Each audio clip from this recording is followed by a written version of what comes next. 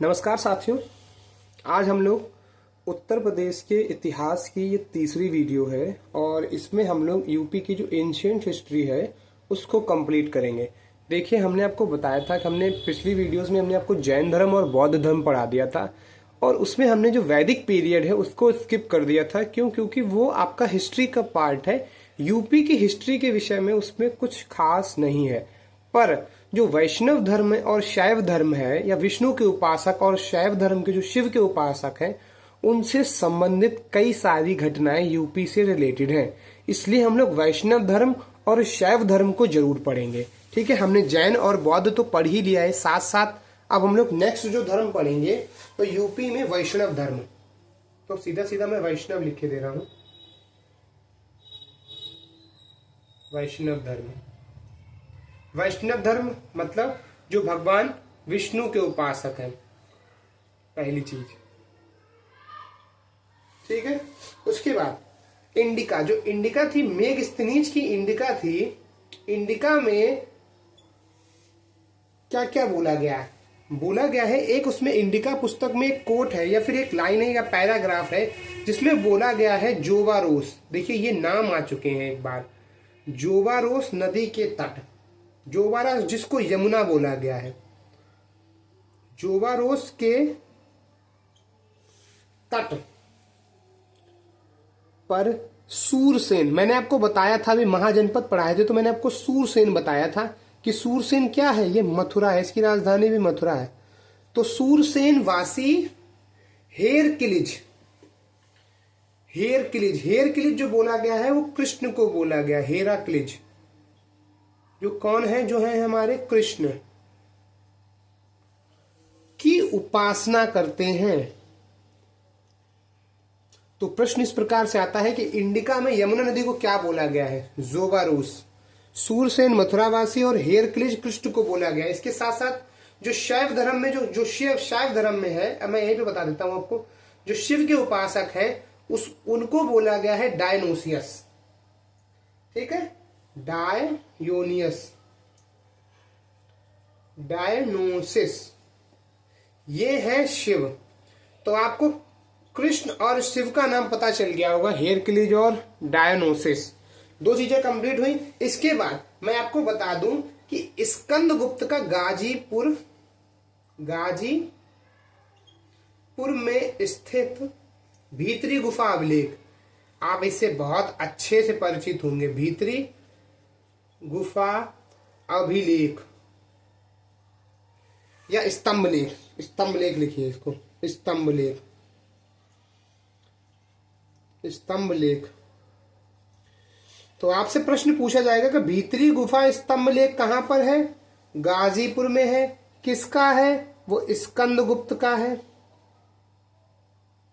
ठीक, और स्कंदगुप्त में और भीतरी गुफा अभिलेख में है क्या? उसमें पहली चीज जो है हूणों की पराजय,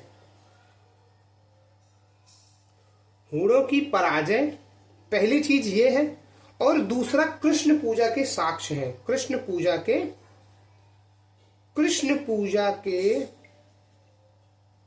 साक्ष्य है। देखिए, ये सारी चीजें आपको बहुत आउट ऑफ द बॉक्स लग रही होंगी, पर आपको ये चीजें याद करनी पड़ेंगी।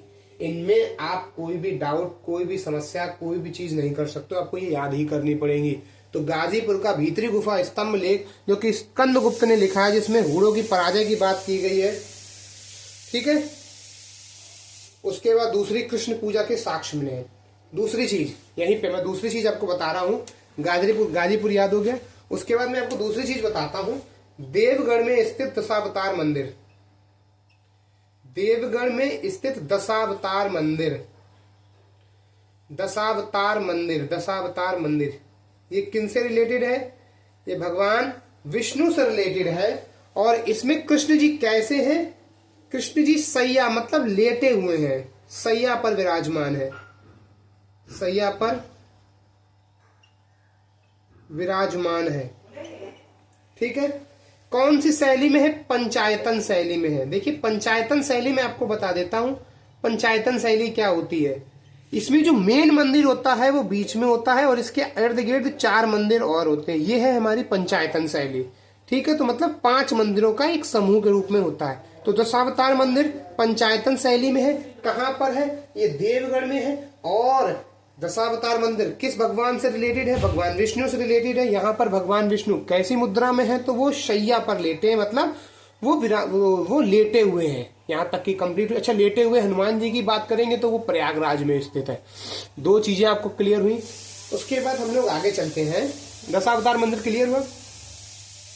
उसके बाद हम लोग चलते हैं पुष्यमित्र शुंग के। पुष्यमित्र शुंग, देखिए पुष्यमित्र शुंग के विषय में हम लोग मौर्योत्तर काल में पढ़ेंगे।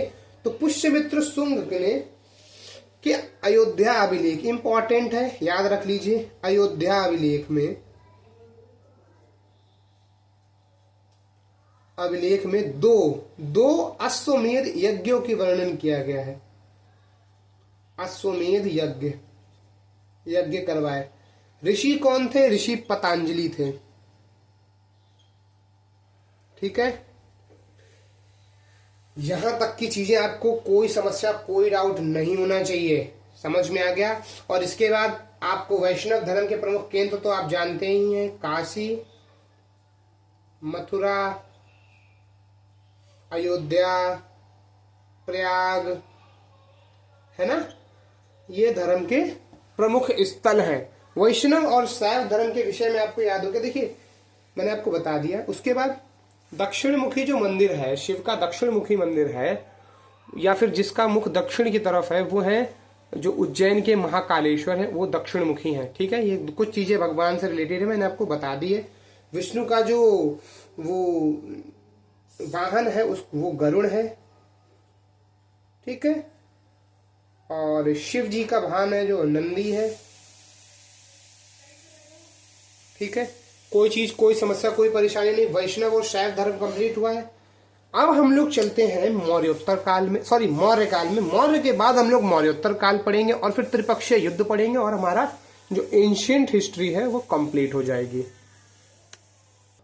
देखिए, हम लोगों ने जैन धर्म पढ़ा, हमने बौद्ध धर्म पढ़ा, हमने वैष्णव, देखिए वैष्णव धर्म तो मैंने आपको अच्छे से बताया, पर शैव धर्म में बताने लायक इतना खास कुछ है नहीं।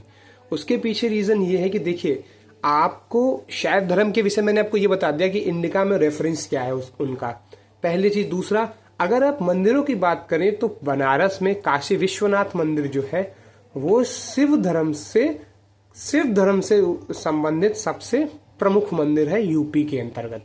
सॉरी, शिव धर्म बोल रहा हूं, भगवान शिव से रिलेटेड सबसे प्रमुख मंदिर काशी में है, जो कि काशी विश्वनाथ है, जिसका कॉरिडोर अभी मोदी गवर्नमेंट ने कंप्लीट कराया है। उसके अतिरिक्त यूपी के अंतर्गत भगवान राम और भगवान कृष्ण से रिलेटेड स्थल बहुत ज्यादा मात्रा में है। क्योंकि भगवान कृष्ण और भगवान राम दोनों ही भगवान विष्णु के अवतार हैं, इसलिए हमने वैष्णव धर्म को अच्छे से पढ़ा है। यहां तक की चीजें क्लियर हुई। अब हम लोग बात करते हैं मौर्य काल की।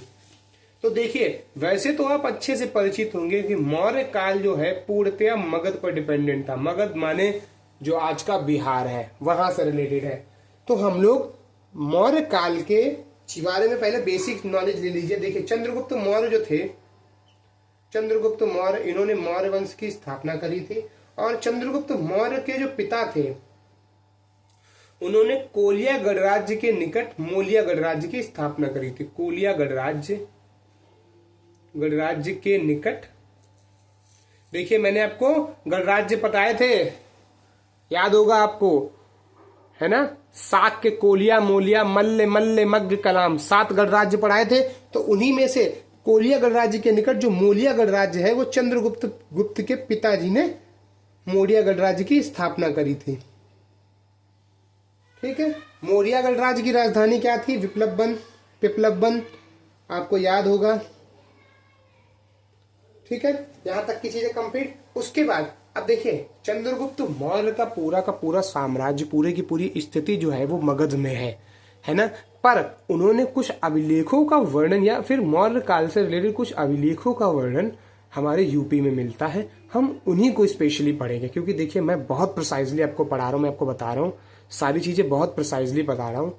ये हिस्ट्री नहीं मैं पढ़ा रहा हूँ, मैं आपको यूपी की हिस्ट्री पढ़ा रहा हूँ। ठीक है, इस चीज को याद रखिए। तो हम लोग बात करेंगे चंद्रगुप्त मौर्य का ताम्रपत्र अभिलेख। ताम्रपत्र अभिलेख, जो कहां पर है, जो है सोहरागौर में, जो कहां पर है, गोरखपुर में।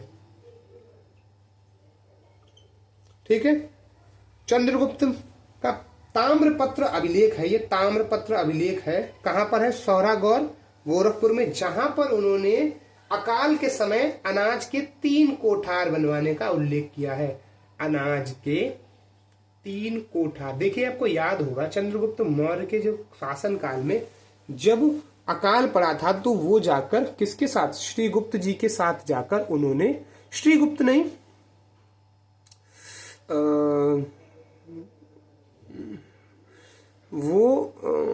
अब मुझे इतना याद नहीं आ रहा, आत्मसंपीड़न काय कलेश की पद्धति से उन्होंने अपने प्राणों को त्याग दिया था। मुझे इतना याद आ रहा है पर एग्जैक्टली दिमाग में भी आ नहीं रहा है। पर हाँ, उनके राज्य में अकाल पड़ गया था, जिसके कारण उन्होंने अपने साम्राज्य को छोड़कर वो दक्षिण कर्नाटक में चले गए थे और वहां पर उन्होंने अपने प्राणों को त्याग दिया था। वहीं पर उन्होंने जैन धर्म की शिक्षा दीक्षा भी ली थी। वैसे ये बौद्ध थे पर अंतोगत्वा वो जैन में जाके मरे थे, है ना। अगर मैं मिस्टेक कर रहा हूं तो एक बार क्लियर करिएगा इसको। तो अकाल के समय 3 अनाज कोठारों का निर्माण कराया था। इसका जिक्र उन्होंने कहां पे किया है, ताम्रपत्र अभिलेख सोहरागौरा गोरखपुर में, पहली चीज। उसके बाद हम लोग दूसरी बात करेंगे अशोका की, मतलब अशोक की। क्योंकि अभिलेखों का नाम सुनते ही हमारे दिमाग में अशोक ही आते हैं, तो अशोक के 5 अभिलेख यूपी में है, जिसमें सबसे पहला है अहरौरा अभिलेख। अहरौरा अभिलेख कहां पर है, ये मिर्जापुर में है। उसके बाद दूसरा अभिलेख है हमारा प्रयाग अभिलेख, प्रयाग तो प्रयाग में ही है। तीसरा अभिलेख है मेरठ, और ये मेरठ अभिलेख है, इसको दिल्ली टोपरा लेके गया था, इसको दिल्ली टोपरा, यही जो है आगे चल के दिल्ली टोपरा बनेगा, दिल्ली टोपरा अभिलेख। और मेरठ वाले अभिलेख को दिल्ली कौन लेके गया था, फिरोज शाह तुगलक, मतलब FT। ठीक है, तो मेरठ अभिलेख को दिल्ली कौन लेके गया, फिरोज शाह तुगलक। 3 अभिलेख हो गए। उसके बाद चौथा अभिलेख हम पढ़ेंगे सारनाथ अभिलेख, और 5वां अभिलेख है जिसको हम लोग रानी का अभिलेख बोलते हैं, वो है कौशाम्बी अभिलेख। कौशाम्बी अभिलेख, जिसको रानी का अभिलेख बोला गया है, रानी का अभिलेख। यहां तक की चीजें कंप्लीट हुई। यहां के बारे में आपको कोई समस्या तो नहीं। अच्छा, सभी की भाषा आप जानते ही होंगे। सभी की भाषा क्या थी, प्राकृत, और लिपि थी ब्राह्मी। ठीक है, यहां तक की चीजें आपको कंप्लीट हुई। अशोक के समय की, अशोक की चीजें कंप्लीट हुई, इनमें कोई डाउट, कोई परेशानी तो नहीं। 5 देखिए अभिलेख अशोक ने ढेर सारे लिखवाए हैं, पर जो 5 अभिलेख यूपी में है मैंने आपको वो बता दिए। अच्छा, इसके बाद हम लोग बात करते हैं, देखिए जो बेसिक चीजें हैं वो मैं आपको बता देता हूं कि इन जो अशोक के अभिलेख है उनकी खोज किसने करी थी, T. पैंथलर साहब ने करी थी।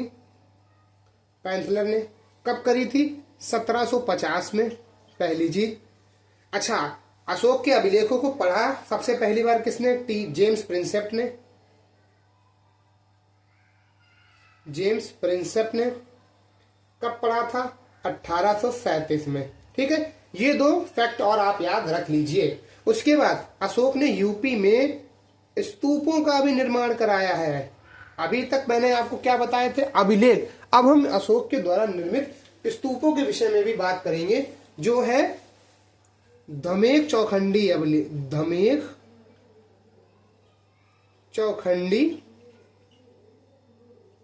चौखंडी स्तूप, जिसको जो कहां पे बना है, जो सारनाथ में है। सारनाथ में अभिलेख भी और सारनाथ में स्तूप भी बना है, जिसको धमेख चौखंडी स्तूप बोला जाता है, और इसे धर्मराज का स्तूप भी बोला जाता है।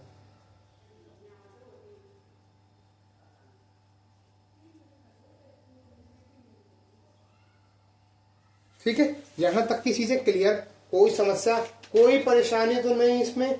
अब हम लोगों ने देखिए मौर्य काल के विषय में मैंने आपको लगभग जितना हो सकता था, क्योंकि मौर्य काल में मेन है चंद्रगुप्त मौर्य, और उसके बाद इंपॉर्टेंट है अशोक। इसके बाद के ज्यादा इंपॉर्टेंट नहीं है। देखिए बीच में बिंदुसार भी आएगा, परंतु बिंदुसार मदिरा पान में ज्यादा लिप्त रहता था। उसने अपने जीवन काल में मौर्य साम्राज्य को देखिए बढ़ाया तो उसने भी था, परंतु वो अशोक और चंद्रगुप्त जितना एक्टिव और महान नहीं हो पाया। इसीलिए हमने मौर्य काल में जो दो इंपॉर्टेंट चीज देखिए, और एक चीज और आप समझिए, मैंने आपको मौर्य काल नहीं पढ़ाया है, आप फिर से एक चीज समझिए। मौर्य काल की वे चीजें जो यूपी में स्थित है या यूपी विशेष से रिलेटेड इंपॉर्टेंट हो सकते हैं, मैंने आपको वो बताई है। कोई समस्या कोई परेशानी तो नहीं। अब बात करते हैं हम लोग मौर्योत्तर काल की। अब हम बात करेंगे, देखिए मैंने आपको मौर्य काल पढ़ा दिया, मौर्य काल नहीं पढ़ाया है। मौर्य काल की वे चीजें जो यूपी विशेष के लिए इंपॉर्टेंट है, मैंने आपको वो बता दी है, ठीक है। अब बात करते हैं मौर्योत्तर काल में। अच्छा हाँ, एक चीज से आप बिल्कुल श्योर रहिएगा कि जो जो चीजें मैंने आपको बता दी हैं, आप इनको अपने नोट्स में ऐड कर लीजिएगा। मैंने आपको मौर्य काल पढ़ा, इसका मतलब ये नहीं है कि आपने पूरा मौर्य काल पढ़ लिया है। आपने वो चीजें पढ़ ली हैं जो आपको यूपी स्पेशल के लिए पढ़नी चाहिए, है ना। आप पूरा पहले मौर्य काल कंप्लीट करिए किसी भी हिस्ट्री टॉपिक से, है ना, किसी भी बुक से, किसी भी नोट से मौर्य काल कंप्लीट करिए और फिर उसमें इन चीजों को ऐड कर लीजिए। या फिर आप अगर अच्छे सोर्स से पढ़ेंगे तो आप ये गारंटेड कंप्लीट कर रहे होंगे, ठीक है। तो हम पढ़ेंगे मौर्योत्तर काल के विषय में। मौर्योत्तर काल में हम लोगों ने आपको पहले बता दिया है, पुष्यमित्र शुंग मोस्ट इंपॉर्टेंट रहेगा। पुष्यमित्र शुंग, इनके विषय में मैंने आपको, जिनका एकमात्र अभिलेख, इंपॉर्टेंट अभिलेख है अयोध्या, देखिए एकमात्र नहीं है पर यूपी के लिए एकमात्र ही है अयोध्या अभिलेख, जिसमें किसकी बात है, जिसमें बात है अश्वमेध यज्ञ की। किसने करवाया है? पतंजलि ने।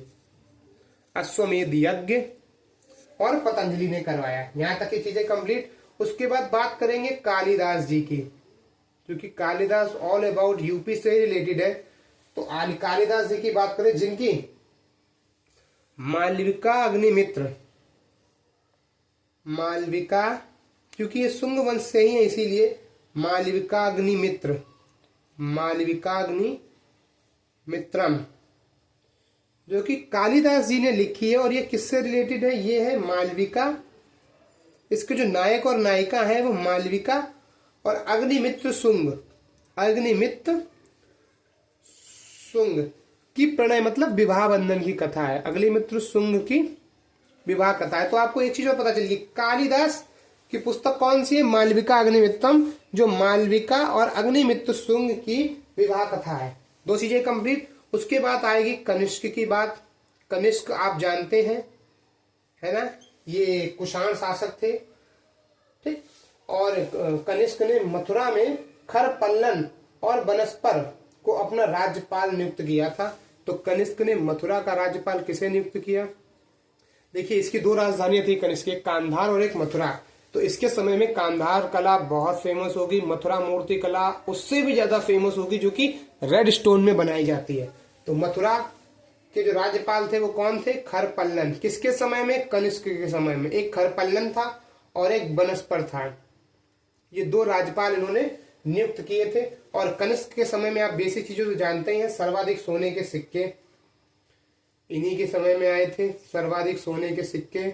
और उसके बाद मथुरा कला अपने चरमोत्कर्ष पे पहुंची, है ना। और गांधार कला का इंट्रोडक्शन हुआ यूपी में, गांधार कला का यूपी में इंट्रोडक्शन हुआ। उसके बाद आप देखिए, मैंने मौर्योत्तर काल में आपको बहुत बेसिक चीजें पढ़ाई हैं, आप इन चीजों को समझिए। ये वे पॉइंट हैं जिनसे सीधा सीधा आपको प्रश्न आ जाएगा, है ना। वो चीजें मैंने आपको एग्जैक्टली बता दी हैं। आप इन चीजों को अच्छे से समझिए, एक दो बार प्रश्न करिए, सोचिए, प्रश्न पढ़िए। और एक चीज मैं आपको फिर से बता रहा हूं, मैं मौर्य और मौर्योत्तर काल मैंने आपको नहीं पढ़ाया है। आप पहले मौर्य काल और मौर्योत्तर काल को पढ़िए, उसके बाद इन चीजों को जो मैंने आपको बताई हैं ये अपने नोट्स में ऐड कर लीजिए, ताकि आपका यूपी स्पेशल कंटिन्यू कंप्लीट होता जाए। क्योंकि जनरली ये टॉपिक, ये पॉइंट्स हम लोग छोड़ देते हैं यूपी स्पेशल के लिए, ठीक है। कोई समस्या कोई परेशानी नहीं होगी।